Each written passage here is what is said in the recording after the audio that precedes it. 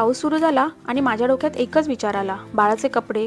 हाय मंडळी, मी आहे श्रद्धा आणि स्वागत आहे तुमचं आजच्या मिनी व्लॉगमध्ये. आज मी तुमच्यासाठी घेऊन आली आहे 2 इम्पॉर्टंट बेबी केअर टिप्स जे प्रत्येक न्यू मॉमला माहीत असायलाच हव्यात. पावसाळा सुरू झाला की बाळाच्या कपड्यांचं प्लॅनिंग आधीच करायला हवं.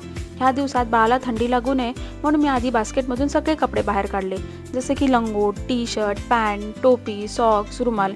हे फुल बॉडी कव्हरेज कपडे पावसाळ्यात मस्ट आहेत. आता या सगळ्यात इम्पॉर्टंट स्टेप म्हणजे आयनिंग. आणि मला माहीत आहे तुम्ही विचाराल, इतके छोटे कपडे आयन कशाला?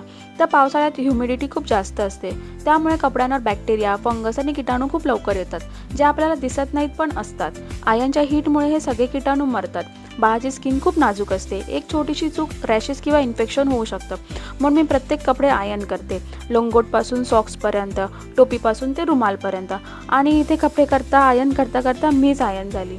आणि त्याच दिवशी नेमकं बाळाच्या आजीने नवीन कपडे आणले, जे खूप सॉफ्ट आणि कोझी आहेत. आणि पावसाळ्यात कपडे लवकर सुकत नाहीत हे तर माहीत असेलच, म्हणून आजीने एक्स्ट्रा सॉफ्ट लंगोट आणले, जे नेहमी रेडी असतील.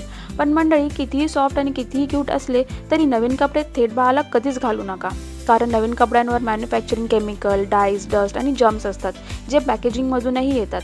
तर मी गरम पाण्यात थोडं डेटॉल टाकलं आणि सगळे नवीन कपडे त्यात चांगले भिजवले. मग व्यवस्थित धुवून नीट सुकवले आणि मग बाळाला घातले. सिंपल, सेफ आणि इफेक्टिव्ह, आणि तुमच्या बाळाची स्किनसुद्धा प्रोटेक्टेड. तर मंडळी, या 2 टिप्स तुम्हाला कशा वाटल्या कमेंटमध्ये नक्की सांगा. Okay, bye.